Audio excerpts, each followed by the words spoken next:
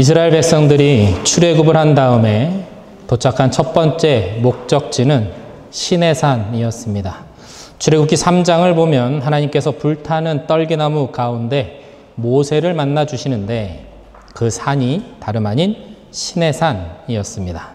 자신은 절대로 이스라엘의 리더가 될 수 없다며 손살에 치는 모세에게 이 시내산에서 이스라엘 백성들과 함께 하나님을 예배하게 될 것이고 그것이 하나님께서 모세와 함께 하신다라는 증거가 되게 하실 것이다 라고 하나님께서 모세에게 말씀해 주셨습니다.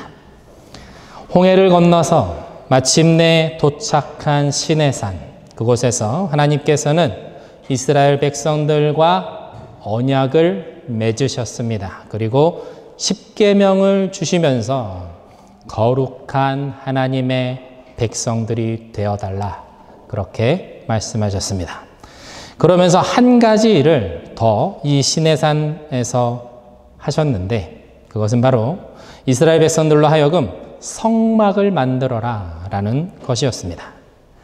출애굽기의 전반부는 모세에 대한 이야기, 그리고 10가지 재앙을 통해서 출애굽을 하는 이야기, 홍해가 갈라지고 광야를 통해서 흥미진진한 사건들이 가득합니다. 그런데 시내산 이후에 그 후반부로 가면 하나님께서 모세에게 말씀하신 대로 그 성막을 만드는 과정으로만 이 출애굽기의 후반부는 가득 채워져 있습니다. 그리고 성막이 완공되면서 출애굽기는 끝이 나게 됩니다. 이어지는 내용은 다음 책인 민수기로 넘어가게 됩니다. 민수기에서 하나님께서는 본격적으로 이 이스라엘을 하나의 국가로 만들어 가기 시작하십니다. 이제 이스라엘은 점차 하나의 민족에서 하나의 시스템을 가진 국가의 모습으로 변모해 갑니다. 광야의 혹독한 시간을 버텨내고 이방 민족과의 전쟁에서 승리하기 위한 이스라엘만의 국가적 시스템이 구현되어야 했기 때문에 그렇습니다. 이스라엘은 하나님의 인도하심을 상징하는 불기둥과 구름기둥이 이끄는 광야 생활 중에 이 성막을 중심으로 진을 형성해서 이동합니다. 이스라엘 12지파가 동서남북으로 자리를 잡고 그 중심에는 여호와 하나님의 성막이 자리했습니다. 성막 가장 가까이에는 제사장들과 레위인들이 머물면서 계속해서 하나님께 제사를 드리고 또 이 성막을 관리했습니다. 이 성막은 하나님께서 거하시는 곳이었기 때문에, 다시 말해서 거룩한 하나님의 임재가 있는 곳이었기 때문에 아무나 들어올 수는 없었습니다.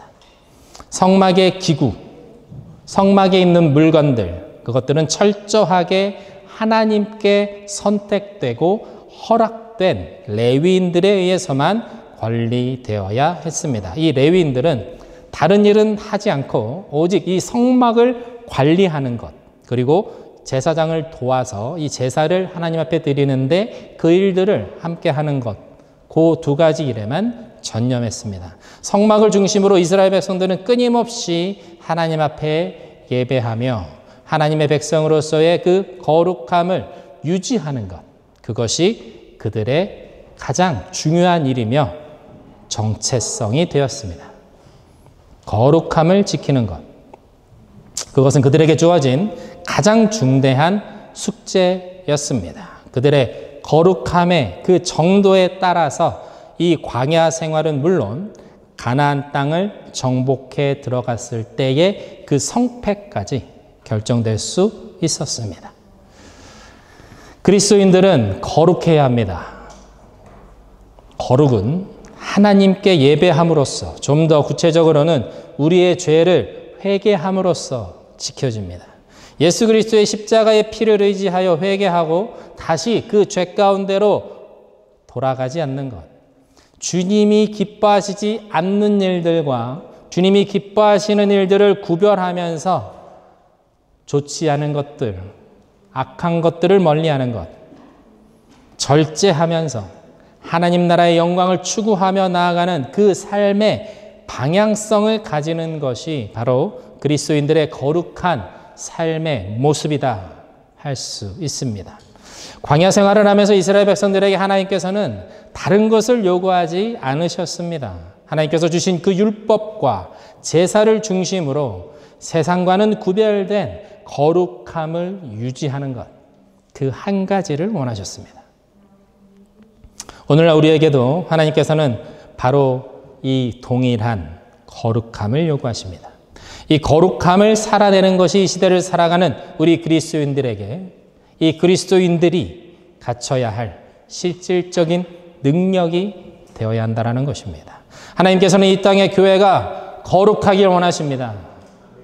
우리 미넨 복음교회가 그 교회 중에 한 교회입니다. 주님이 거룩하길 기대하시는 그 교회입니다. 그 거룩한 교회로 세워져 나가기를 주님께서 간절히 기대하고 계시고 또 바라보고 계시는 것입니다. 사랑하는 여러분, 말씀과 기도로 타협하지 않는 믿음으로 이 거룩의 삶을 살아내는 저와 여러분 되시기를 주님의 이름으로 축원드립니다. 그래서 하나님께서 찾으시는 참된 그리스도인들이 다 되시기를 주님의 이름으로 축원드립니다.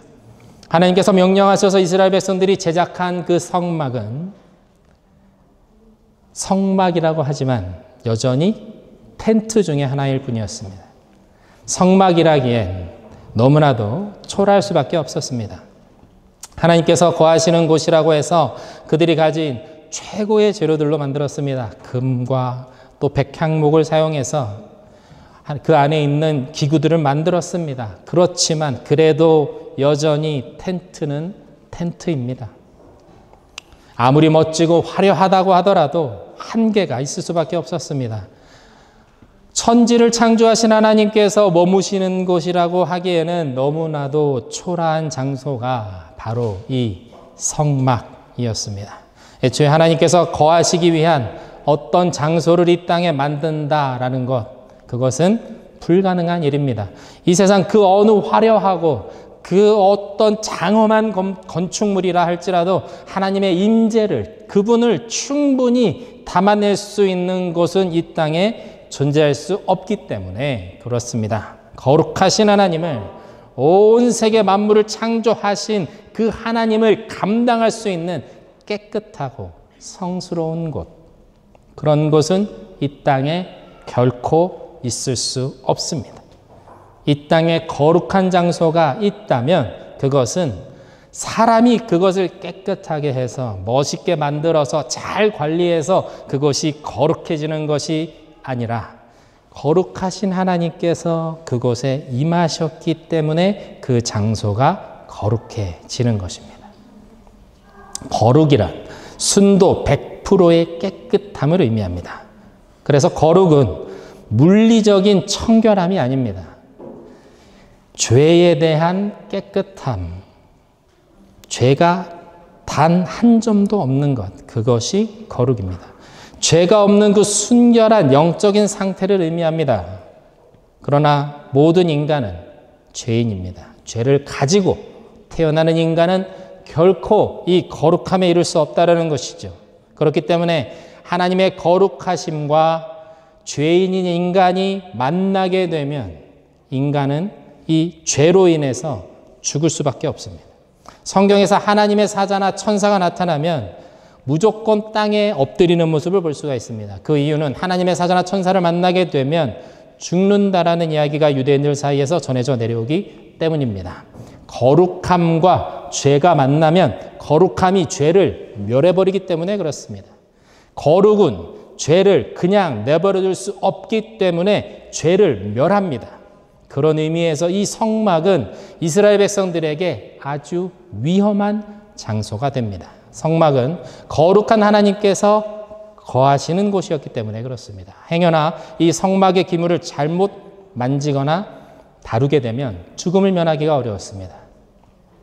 레위기의 말씀을 보면 최초의 제사장이었던 아론의 두 아들이 있었습니다. 이들이 성막 제단의 불을 임의로 자기들 마음대로 다루었다가 죽임을 당하게 됩니다. 성막은 잘 관리하는 것이 아닙니다. 최선을 다해서 하는 것이 아닙니다. 하나님께서 명령하신 대로, 하나님께서 원하시는 대로 철저하게 그것을 따르는 것, 그것이 이 성막의 일이었습니다. 이스라엘 백성들에게는 위험하고도 부담스러운 일이었습니다. 하나님께도 이 성막은 정말이지 말이 되지 않을 정도로 하나님께는 어울리지 않는 초라한 곳에 불과했습니다. 여러분 보십시오. 이것을 우리는 무엇이라고 얘기하냐면 불편한 동거라고 이야기합니다. 지난주 말씀에서 사랑은 꼭 하지 않아도 되는 일을 그 사람을 위해서 하는 것이다 라고 말씀드렸습니다. 하나님께서 이스라엘 백성 가운데 이 성막에 거하기로 하신 것, 바로 그것이 하지 않아도 되는 일을 하신 것, 그것으로 사랑을 표현하신 것이라고 저는 생각합니다. 우리 하나님은 그런 분이십니다. 하나님은 그 불편하고 그 초라한 곳에 임하시기를 원하셨습니다. 그래서 그 성막은 포기하지 않으시는 하나님의 사랑의 상징이 됩니다.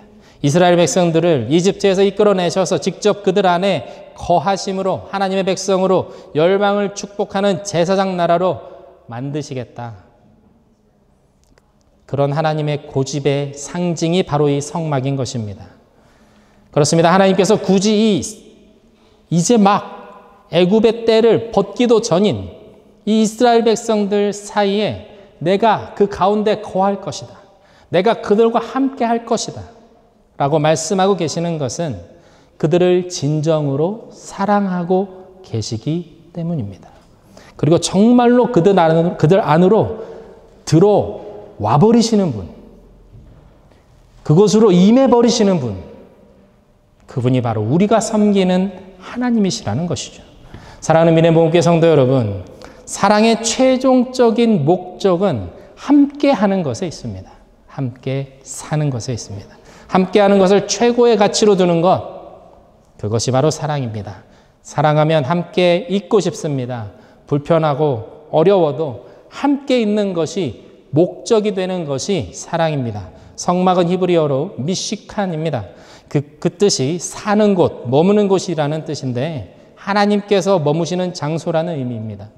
하나님께서 광야를 헤매는 이스라엘 백성들 한가운데 자리를 잡으시고 그들 가운데 거하셨습니다. 요한복음 1장 14절 말씀에서 예수님에 대해서 말씀하시면서 이런 구절이 있습니다. 말씀이 육신이 되어 우리 가운데 거하심에.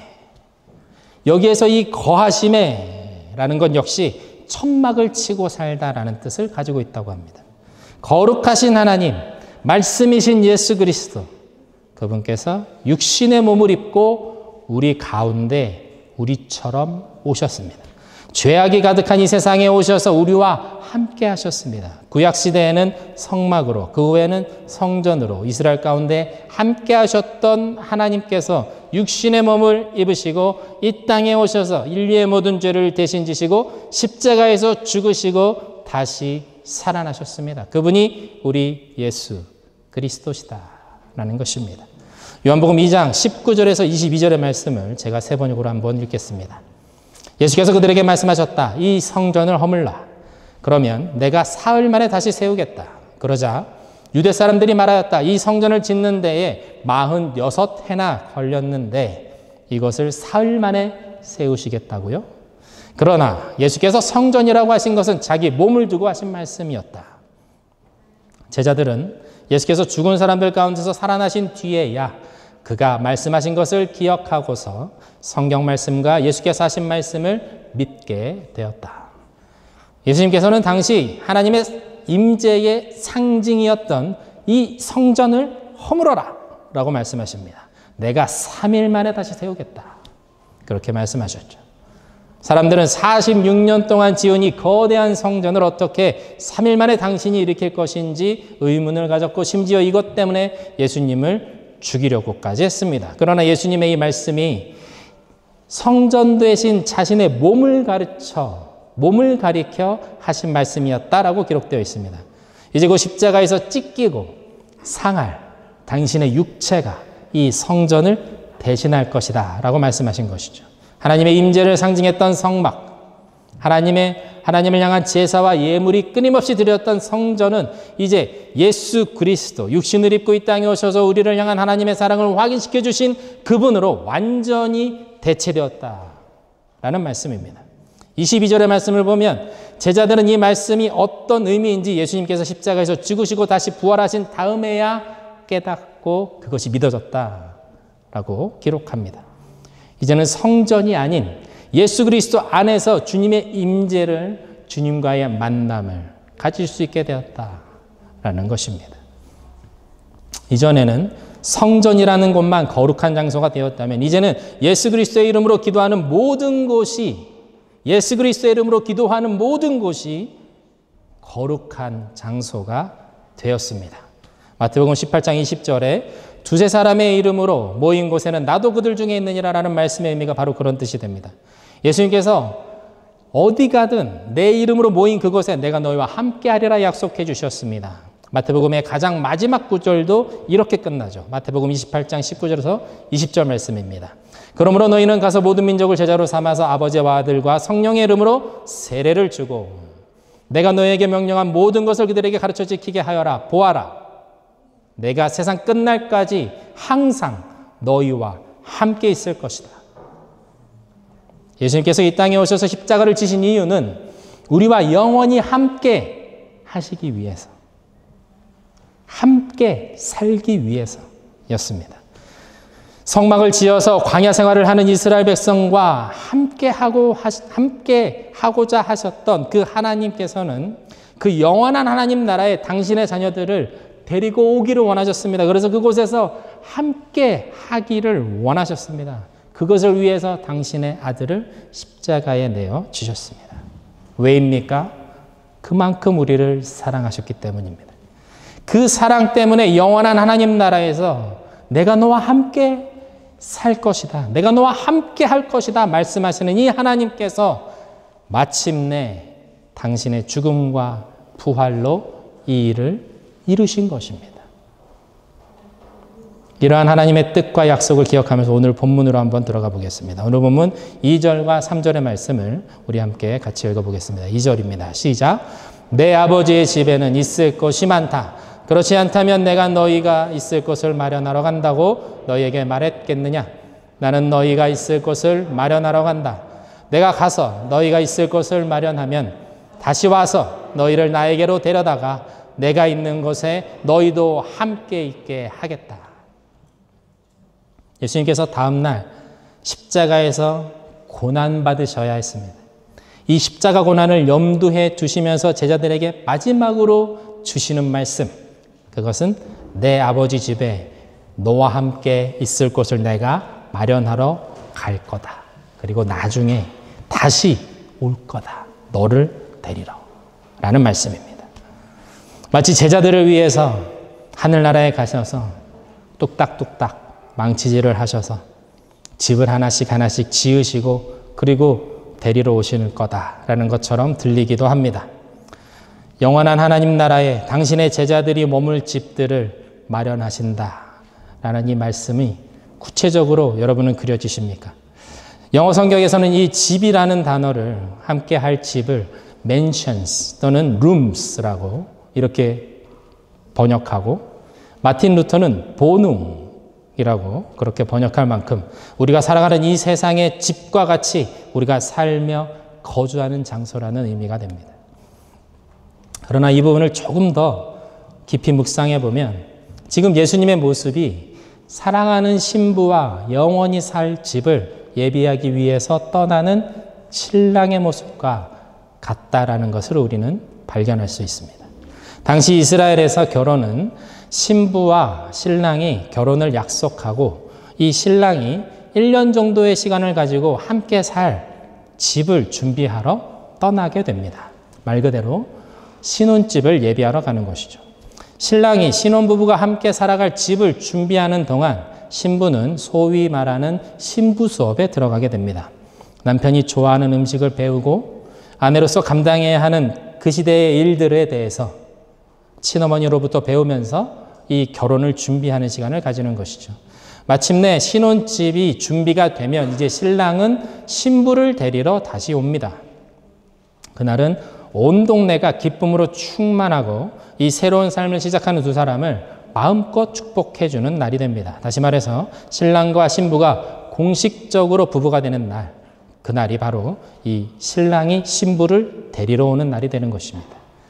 예수님께서 제자들과 함께 거할 것을 예비하러 가시고 다시 그들을 데리러 오신다라는 말씀은 단순히 예수 믿고 천국 간다라는 의미, 그 이야기로 끝나는 것이 아닙니다. 이 이야기는 사랑의 이야기입니다. 신랑과 신부의 깊은 사랑의 완성에 대한 이야기이고 영원한 아버지의 나라에 함께 거한다라는 그 이야기입니다. 이것이 바로 하나님이 예수 그리스도를 통해서 우리에게 주신 말씀이고 약속입니다.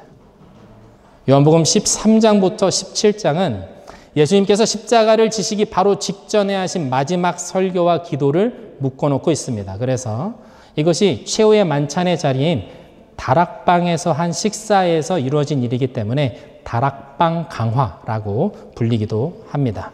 요한복음 1장에서 12장까지의 가르침과 이야기들은 온 세상 사람들을 향한 주님의 말씀이었습니다. 공개된 것이고 열린 것이었습니다. 근데 13장부터는 이제 예수님께서 아버지께로 돌아가실 때가 된 것을 아셨다라는 그 시점부터 이 13장부터 시작되는 말씀은 예수님의 제자들을 향한 말씀입니다. 곧 예수님께 속한 사람들, 예수님의 사람들에게 하신 말씀이었기 때문에 그 의미가 남다릅니다. 제자들의 발을 손수 씻겨주신 다음에 그들에게 전하시는 예수님의 마지막 말씀, 그것은 영원한 하나님 나라에 대한 이야기가 될 수밖에 없었습니다. 왜냐? 이것이 주님이 이 땅에 오셔서 십자가를 지신 이유였기 때문입니다. 그러나 주님의 이러한 말씀을 제자들은 끝까지 알아듣지 못합니다. 요한복음은 예수님과 제자들을 하늘과 땅으로 구분하고 있습니다. 하늘의 일을 이 땅은 결코 알아들을 수 없고 이해할 수도 없고 바라볼 수도 없다라는 것입니다. 하늘과 땅의 차이, 그 넘을 수 없는 간격, 이 땅과 하나님의 나라를 연결하는 유일한 길이 되시는 예수 그리스도, 그분을 계시하여 드러내어 보여주면서 요한복음은 이해하려고 하지 말고 이성적으로 분석하려고 하지 말고 예수를 믿어라, 그렇게 말씀하고 있는 것입니다. 이제 예수님의 말씀에 대해서 이 도마가 제자들을 대표해서 알아듣지 못합니다 라고 이야기합니다. 오늘 본문 4절과 5절의 말씀인데요. 우리 한번 같이 읽어보겠습니다. 시작. 너희는 내가 어디로 가는지 그 길을 알고 있다. 도마가 예수께 말하였다. 주님, 우리는 주님께서 어디로 가시는지도 모르는데 어떻게 그 길을 알겠습니까? 너희는 내가 어디로 가는지 이미 그 길을 알고 있다라는 예수님의 말씀. 이 말씀에 도마가 예수님이 어디로 가시는지 그 목적지조차 우리가 알지 못하는데 우리가 그 길을 어떻게 알겠습니까? 라고 질문합니다. 내 아버지 집에 거할 곳이 많다. 내가 그곳에 너희를 위하여 머물 곳을 마련하러 간다. 라는 말씀의 의미. 그것을 도마는 전혀 연결해서 이해하지 못하고 있습니다. 예수님께서는 하늘나라의 일을 말씀하고 계시는데 도마는 여전히 이 세상의 관점에서 예수님의 말씀을 받아들이고 있기 때문에 그렇습니다. 믿음으로 나아가야 하는데, 믿음으로 반응해야 하는데 머리로만 판단하려고 하니까 도저히 따라갈 수가 없는 것이죠. 또 한 가지, 제자들이 믿음으로 나아가지 못하는 가장 큰 이유는 불안감에 있습니다. 예수님께서 자신들을 떠나실 거다라는 이 말씀에 제자들은 지금 두려워하고 있습니다. 이제 예루살렘에서 무엇인가 아주 큰 일을 이루실 것이라는, 혹시 예수님께서 이 이스라엘의 왕이 되실지도 모른다라는 제자들의 그 기대감이 이제는 예수님이 떠나실지도 모른다라는 것 때문에 오히려 극심한 불안감으로 바뀌고 말았다는 것입니다. 불안해하면서 믿음으로 나오지 못하는 이 제자들, 그 연약함까지도 여전히 사랑하셔서 예수님께서는 손수 제자들의 발을 씻기시면서 그들에게 사랑을 보여주셨습니다. 그런 제자들을 향해서 예수님께서 지금 이렇게 말씀하십니다. 오늘 본문 6절입니다. 함께 읽습니다. 시작. 예수께서 그에게 말씀하셨다. 나는 길이요 진리요 생명이다. 나를 거치지 않고서는 아무도 아버지께로 갈 사람이 없다. 원문으로 보면 길이요 진리요 생명이라는 이 단어 앞에 해라고 하는 정관사가 붙어 있습니다. 영어로 말하면 더가 되겠죠. 그 뜻은 유일한 길이며 유일한 진리이고 유일한 생명이다라는 뜻이 됩니다. 예수님이 하나님께로 가는 유일한 길이 되십니다. 그 말 뜻은 원래 다른 길은 없었다라는 뜻입니다. 원래 하나님께 갈 수 있는 길은 존재하지 않았습니다. 오직 예수님을 통해야만 그분의 이름으로 갈 수 있었습니다. 진리는 원래 하나입니다. 진리는 여러 개일 수 없습니다. 진리가 여러 개라면 그것은 이미 진리가 아닌 것이죠. 오늘날 우리가 살아가는 다원화된 이 사회는 진리는 여러 가지다라고 그렇게 말합니다. 여러 가지이기 때문에 진리에 더 가까울 수 있다고, 그것이 오히려 더 합리적이라고 그렇게 말하는 세상을 우리가 살아갑니다. 그러나 진리는 그렇게 만들어지는 것이 아닙니다. 진리는 발견되는 것입니다. 진리는 이 땅에 속해 있지 않고 진리는 원래 하늘에 속해 있기 때문에 그렇습니다. 하나님이신 예수님만 진리입니다. 이 말을 뒤집으면 예수 이외에는 다 비진리가 된다는 뜻입니다. 예수 이외에 참된 것은 없으며 예수 이외에 참 생명은 없습니다. 예수 이외에 생명을 거론하는 것은 다 거짓입니다. 오직 예수 그리스도만 길이 되시며 진리 되시며 생명이 되십니다. 예수를 믿으면 영원한 생명을 얻습니다. 예수를 믿으면 영원한 생명을 얻습니다. 그분이 먼저 우리를 사랑하셔서 십자가를 지심으로 그 사랑을 확인하게 해주셨고 하나님의 나라에서 영원히 살 수 있는 길을 열어내셨습니다. 죄 가운데서도 이 세상을 버텨내며 살아갈 수 있는 용기와 이유를 주님께서 우리에게 주셨습니다. 죄를 이기며 살아갈 수 있는 능력을 우리에게 주셨습니다. 불안해하는 제자들에게 예수님께서 믿음을 요구하십니다. 오늘 본문 1절인데요. 한번 같이 읽겠습니다. 시작. 너희는 마음에 근심하지 말아라. 하나님을 믿고 또 나를 믿어라. 이어서 오늘 본문 11절과 12절도 같이 한번 읽겠습니다. 시작. 내가 아버지 안에 있고 아버지께서 내 안에 계시다는 것을 믿어라. 믿지 못하겠거든 내가 하는 그 일을 보아서라도 믿어라. 내가 진정으로 너희에게 말한다. 나를 믿는 사람은 내가 하는 일을 그도 할 것이요 그보다 더 큰 일도 할 것이다. 그것은 내가 아버지께로 가기 때문이다. 믿으라 말씀하십니다. 11절에서 예수님께서 하나님 안에 있고 하나님이 예수님 안에 계시다라는 이 말씀, 이것은 예전에도 한 번 더 말씀드렸던 그 삼위일체 하나님 되시는 하나님의 존재 양식에 대한 설명입니다. 우리는 다 이해할 수가 없습니다.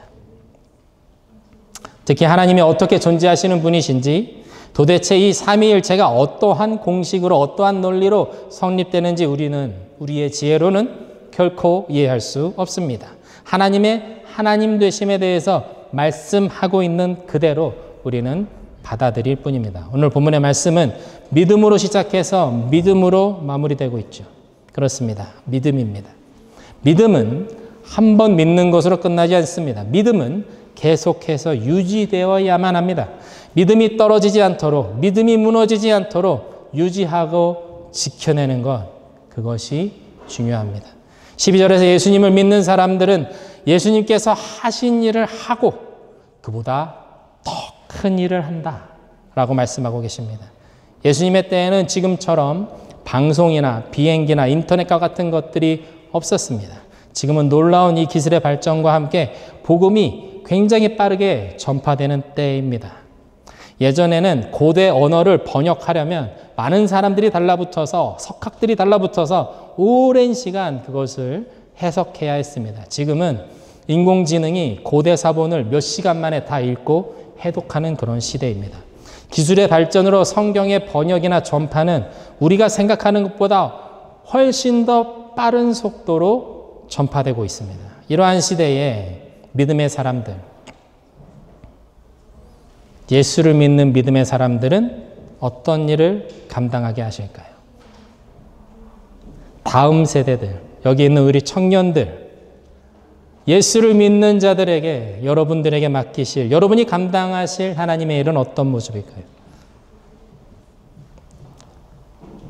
예수님께서 하신 일들보다 더 큰 일을 하게 하시려고 준비시키시고 계시는 사람들이 이 시대 가운데, 이 자리 가운데, 우리 교회 가운데 일어나기를 주님의 이름으로 축원드립니다. 예수 그리스도를 믿음으로 주님의 일을 더 많이 감당하는 저와 여러분 되시기를 축원드립니다. 세상이 아무리 험해도 예수가 그리스도이심을, 그분이 길이고, 그분이 길이시고, 그분이 진리시고, 그분이 생명이 되심을 믿고 의지하며 고백하며 살아가는 저 여러분 모두가 다 되시기를 주님의 이름으로 축원드립니다. 이 시간 함께 찬양하며 기도하겠습니다.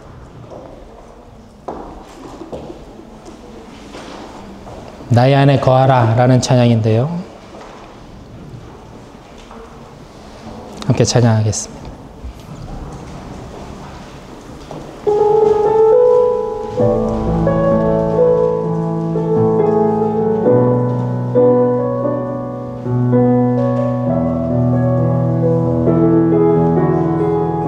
나의 안에 거하라, 나의 안에 거하라.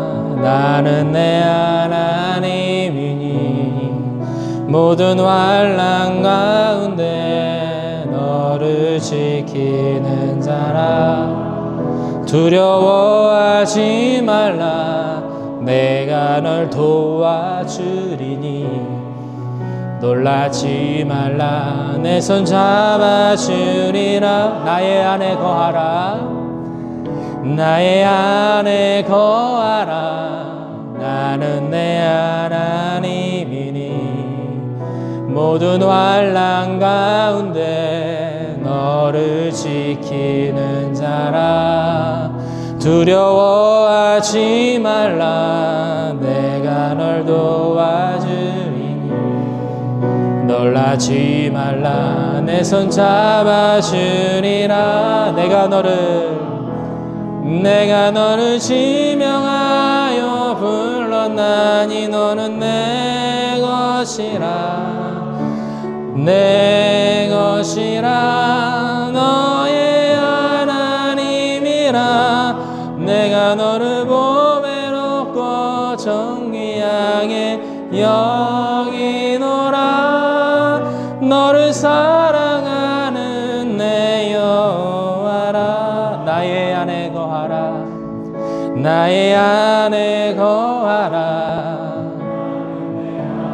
모든 환난 가운데 너를 지킨다. 너를 두려워하지 말라, 내가 널 도와주리라. 워하지 말라, 내가 널 도와주리니. 놀라지 말라, 내 손 잡아주리라. 나의 안에 거하라, 나의 안에 거하라. 나는 내 하나님이니 모든 환난 가운데 너를 두려워하지 말라, 두려워하지 말라. 내가 널 도와주리니. 놀라지 말라, 내가 너를 지명하여 불렀나니. 내가 너를 지명하여 불렀나니 너는 내 것이라, 내 것이라. 너의 하나님이라. 내가 너를 보배롭고 존귀하게 여기노라. 너를 사랑하는 내가 너를 지명하여, 내가 너를 지명하여 불렀나니 너는 내 것이라, 내 것이라. 너의 하나님이라. 내가 너를 보배롭고 존귀하게 영이노라. 너를 사랑하는 내 여호와라. 사랑하는 여러분, 이 시간 한번 기도할 텐데요. 너는 내 것이라 말씀하시는 그 주님의 사랑을 알게 하여 주시옵소서. 그렇게 기도하면 좋겠습니다. 주님이 너는 내 것이라 라고 말씀하지 않으셨다면 이스라엘 백성 가운데 거하시지 않으셨을 것입니다. 너는 내 소유다. 너는 내 것이고 나는 너의 하나님이다 라고 말씀하셨기 때문에 하나님께서는 그들 가운데 거하셨고 그 신실하신 언약을 예수 그리스도의 십자가를 통해서 이루셨습니다. 주님이 우리에게 그 동일한 말씀을 하고 계십니다. 말씀이 육신이 되어 우리 가운데 거하신 그 사랑, 그 언약의 완성이 이 사랑입니다. 나를 향하신 그 사랑이 여러분 정말 맛보아 알게 되어야 합니다. 내가 만지고 느끼고 체험할 수 있는 그 사랑이 되어야 합니다.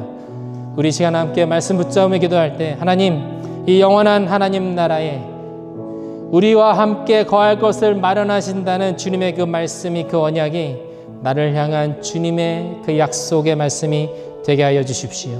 주님께서 나에게 주시는 그 사랑의 언약이 되게 하여 주십시오. 주님이 나를 당신의 소유 삼으셨다라는 것, 하나님 그것이 체감되고 경험되며 고백되는 하나님 우리의 삶이 되게 하여 주시옵소서. 우리 말씀을 붙잡으며 한번 주님의 이름 한번 부르며 기도하겠습니다. 함께 기도하겠습니다.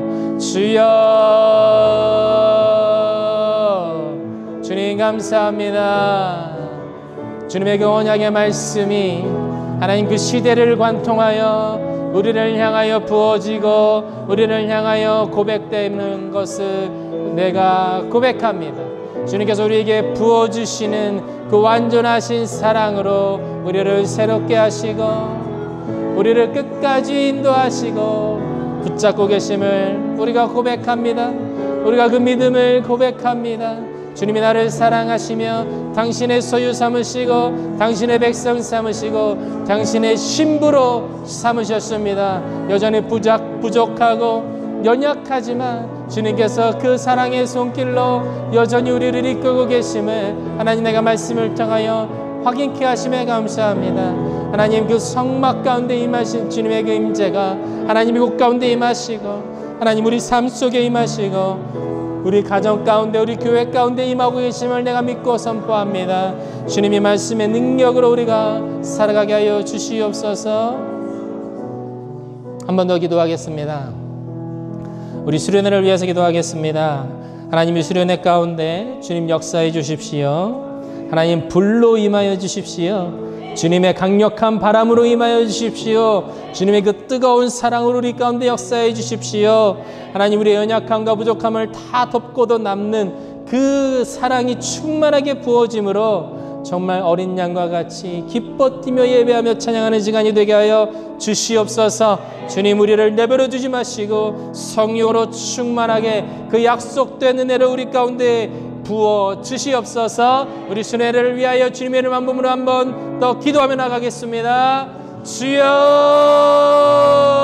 주여, 주님 감사합니다. 주님 사모합니다. 주님의 임재를 사모합니다. 주님의 역사하심을 사모합니다. 주님께서 충만하게 임하심으로 주님의 영혼들을 새롭게 하시고 온전케 하시며 완전케 하실 그 은혜를 사모하며 나아갑니다.